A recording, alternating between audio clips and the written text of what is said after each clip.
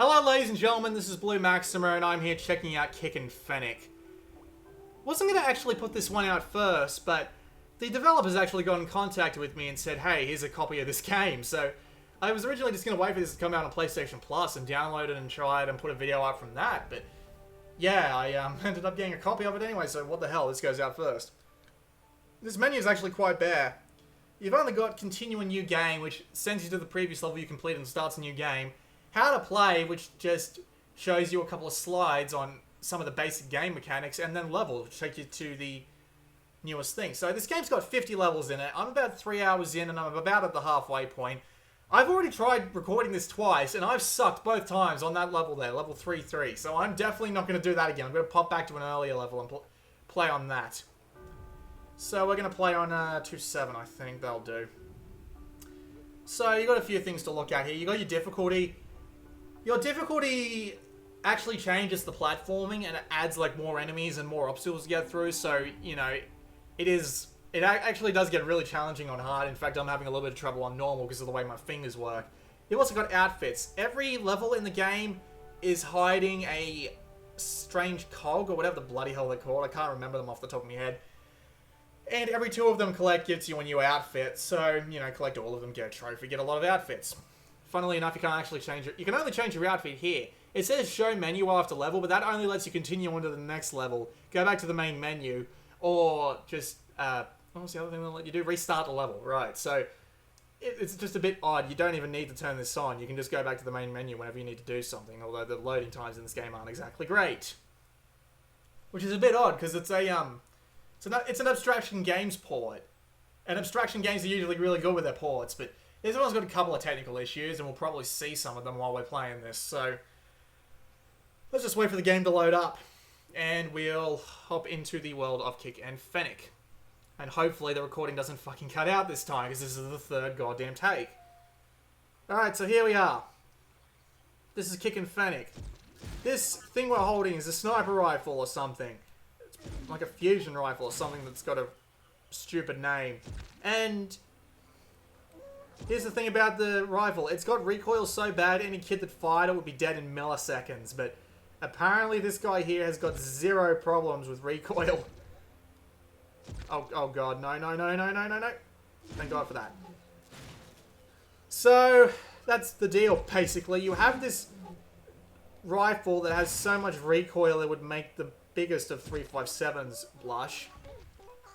And the idea is you have to work your way around this. God, there's nothing actually down here. You have to work your way around these levels trying to find the way out.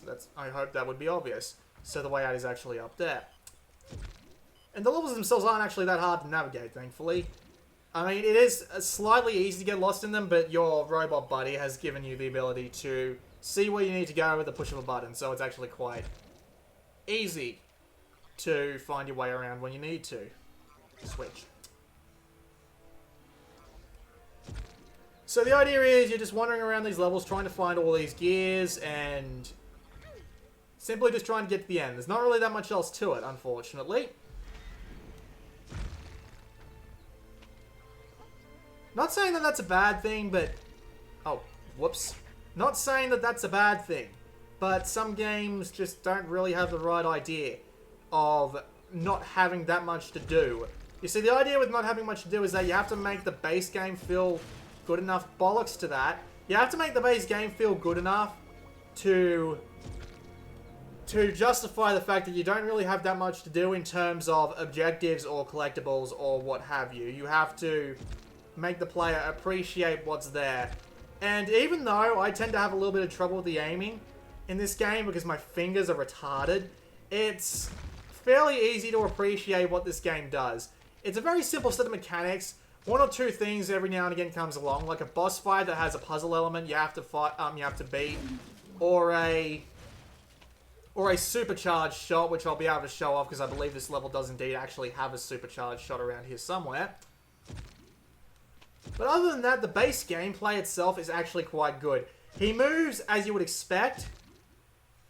There's no bullshit to be had here. Fennick moves exactly as you'd expect him to. No real exceptions. And if you haven't been paying that much attention, pay attention now when I say this. Because when you aim with your gun, it actually slows down time. So I'll actually go somewhere I can demonstrate this. See that robot? Stops moving when I aim my gun. So if you're trying to make a difficult series of jumps, you get the time slowing ability, which is much better than one would hope. It just having this little time slowing ability, and just the way that they've programmed the game so that where you get spawned after you hit an enemy or anything else like that, it feels like they cared. Although there's one thing I would like to point out. This is probably just a problem with me personally, but I tend to have a bit of a problem with the aim sensitivity. As I said, my fingers are kind of retarded. So when I tend to have problems with my finger wiggling around and having trouble with me actually aiming properly. I would have appreciated there being some sort of aiming sensitivity option, because aiming sensitivity is a really nice thing for me, because I tend to have problems unless I have low aim sensitivity. The games is alright, and I imagine it'll be okay for 95% of people. I'm just saying this is a problem with me, and if you have a problem with aim sensitivity, sometimes you probably might want to take that into account. Now, this red thing I just found is a supercharge. So yeah, it shoots you up a lot higher than you normally would. And for those of you thinking, well, it might not be that big of a problem for me.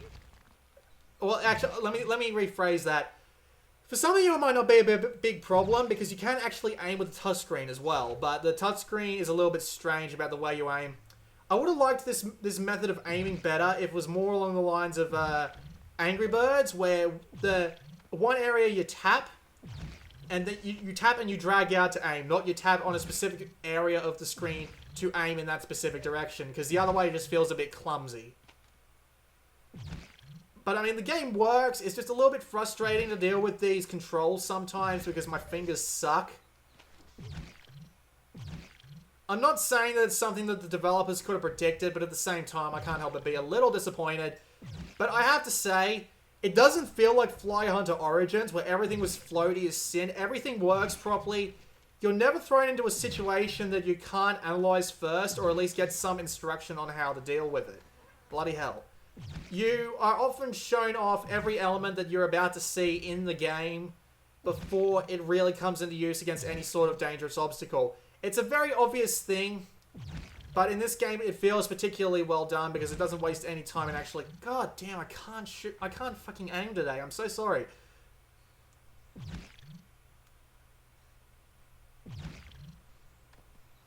In this game, it feels like it just does a better job in handling stuff like its pacing and its position of tutorial parts better than most other games I've played, and it's actually a good deal of fun, honestly. Even with these problems, I'm still having fun. There's not that much of a story. There's this big robot thing chasing after us, and we want to run away from it. Other than that, there's not really that much story, other than we woke up a little bit ago inside some goddamn thing, and we're just trying to figure out where the bloody hell we are, what the bloody hell we're doing. Which is mainly the case with a lot of these styles of platformer games. Oh god. Which is mainly the case with a lot of these platformers. I think there would have been one of those unique gears over here, but I can't remember off the top of my head.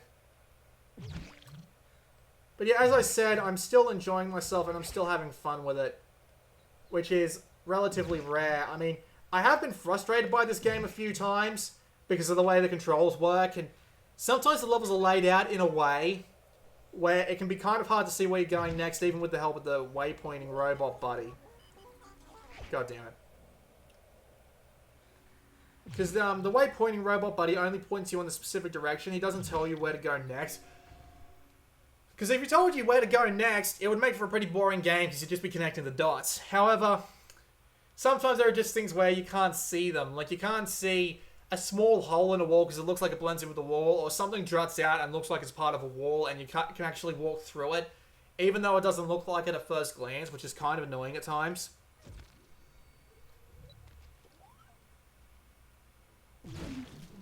That is a kind of annoying little thing that this game does. Really wish they handled that a little better. And there's also one nitpick where the robot buddy, if you've been listening to this video, like, really intently, you might have noticed that he sounds exactly like anything from Don't Starve. Anything that talks in Don't Starve sounds like this robot buddy or vice versa. And that just happens every time. There's also a couple of glitches here and there in terms of the technicals. Like, you just saw in the background there a few seconds ago, or at least you might have seen it, where the background is flashed white. That's happened on every level. Well, not every level, but, I mean, there doesn't seem to be a connecting area as to where this happens. It happens on every level. It happens on so many levels that I can't help but think it's just separated to just one level or one set of levels, but, yeah. But, I mean, that's minor. It only gets in the way for a fraction of a second. It would be nice to see it fixed, but... yeah, I'm surprised I missed it, actually. You know, it happens a fair amount. That's like the 10th time I've seen it happen. No joke. I've literally seen that happen like 10 times already. That sucked, but thankfully it just puts me back here. Music's not that fantastic either. I'm reminded a lot of,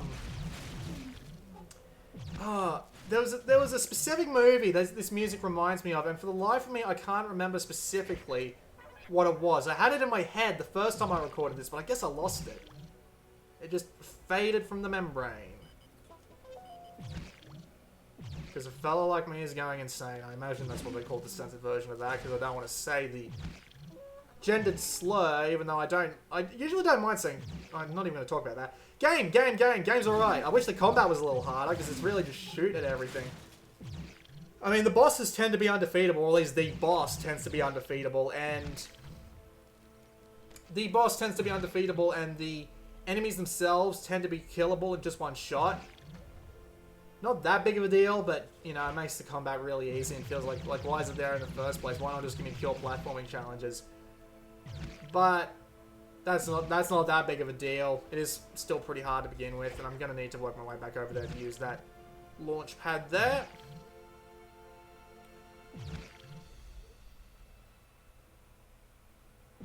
There we go. Wait for that to go off there. Slow down time, and through I go. Didn't use it to get enough height. I'm an idiot. Walk me back there. And yeah, even with like all the stuff they put in, the slowing down of time and the slowing down of time and just the general easiness of handling the controls and all that can still make some of the platforming puzzles surprisingly frustrating to get your head around. Again, might just be they didn't factor in me with my slippy fingers, but I just get annoyed by that. That's what annoys me. This is my experience. And it would be nice to have an aim sensitivity option. It really would. There's nothing out there. God damn it.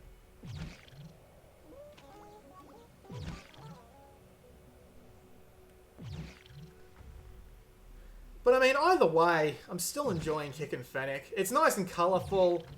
The art style definitely doesn't hurt the eyes, although I wish they would change it a little bit more.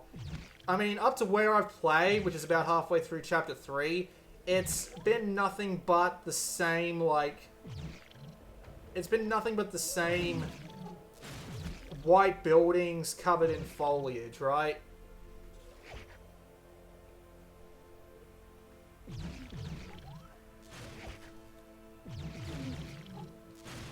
And I really do wish it was different. Like, just every now and again, just to give a little bit of the... Give a little bit of extra visual variety. But that's a minor nitpick. It works fine for the most part. I tend to have trouble seeing where to go sometimes, but that's just me. I already talked about the soundtrack. Sound effects don't hurt the ears. Wouldn't blame you if you muted the game, but... I don't have a problem with it. It blends into the background well enough for me not to really need to draw attention to it. So, I might as well talk about price. Game's probably out by the time you're watching this video. It's definitely not out yet, but I imagine this video will be up by the time that it does come out. It'll be $10 normally or free on PlayStation Plus. I would... I mean, honestly, if you're gonna get this free on PlayStation Plus, then absolutely pick it up. It's 800 meg, so it shouldn't be that big of a deal, except if you're still on a 4GB memory card, you poor sod. And it's a good port. I mean, other than the flashing in the background, which is a really weird case that I didn't think Obstruction Games of all people would miss, but I mean, it's a tiny thing. Other than that little problem, I hate this thing because it treats the corner of that platform as a death zone. So you have to very, very precisely get up on that without actually touching the corner. And I hate it when you need to do that. See that?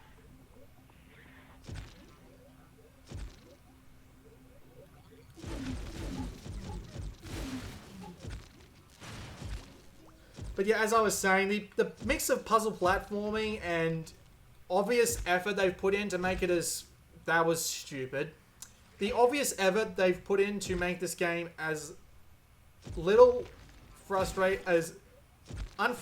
as possible. I don't even know what the correct terminology to use there is. The effort they've put in to make it fun without being frustrating, that'll do, makes the game worth a look, and the game's got a very significant amount of polish on it that I do quite like. At the same time, don't go in if you have slippery trigger fingers. It probably won't help your case. I forgot how to get up there, honestly. Do I have to sit on here? Yeah, as you can see. Yeah, he does bounce off walls. I wish he didn't, but then again, I imagine they're going to make some sort of puzzle out of that. And trust me when I say that the hard mode is indeed very significantly difficult. Significantly more difficult than the normal mode. There's this one... I tried playing like Chapter 3 on hard mode and I gave up 2 levels in because it was literally so hard. I spent like 20 minutes on one level that would usually take me 5 if I didn't suck so badly. But I mean, there is enough to keep you occupied for a few hours here, and... Well, let me put it this way. I'm not a fan of puzzle platformers to the point where that I wouldn't buy this again if I had to for whatever reason. But at the same time, if I was a fan of puzzle platformers, and if I was going to say, hey, if I was talking to someone and they would say, hey, what's a good puzzle platformer on the Vita? Kickin' Fennick definitely wouldn't be too far off the list. In fact, it'd probably be pretty high on the list. It's a very... Despite its few shortcomings, I'm still enjoying it quite a... Where the hell do I go from... Oh, yeah, right. Elevator, of course. Despite its few shortcomings, and my several shortcomings that might exacerbate those few shortcomings, the game itself is very enjoyable. Bloody don't starve right, but fuck! Yeah, as I said, slippery fingers. I probably shouldn't have done that. And I mean, if you're getting it free on PlayStation Plus and you're wondering, oh, should I download this and take a look at it? Well, absolutely. I suck. And this is a well-known fact. Please don't let my sucking stop you from checking out this fairly enjoyable piece of free software. I mean, obviously, if you don't like puzzle platformers, this obviously isn't going to set the world on fire for you, but... For those of you who do, you'll more than likely get your money's worth out of, like, the 6-hour campaign with extra stuff to go and find, and... Please tell me I'm not going to lose all my life just on this bunch of jumps. Just going to recoil myself directly into the ground there.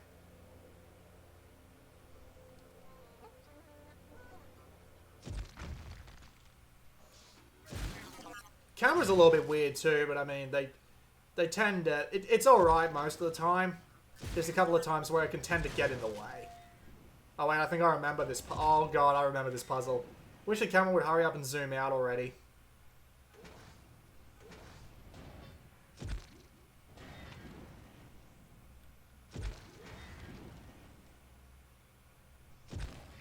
Yep, screwed that up. Admittedly, they find a fairly few clever ways to use the gun in this. Although I'm kind of surprised because they've... I mean, it's up to chapter... It's up to halfway through chapter 3 and it's like... guys, you haven't introduced anything other than the hyper shot yet, which is kind of disappointing. You mind introducing something else to the game? I mean, like, I could imagine, like, adding an extra shot or something to give the puzzles a little bit more interesting dynamics, or whatever the bloody hell word you want to use for it. But still, enjoyable nonetheless. I know I'm close to the end of the level. This jump pissed me off the first time too, trust me on this.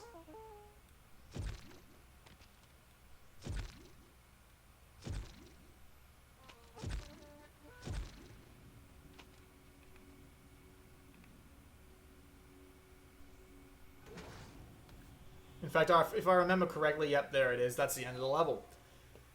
So that was a quick look at Kickin' Fennick after the first few hours. I am enjoying my time with it. Wish there was a name sensitivity thing. There's a couple of technical bugs that I don't like.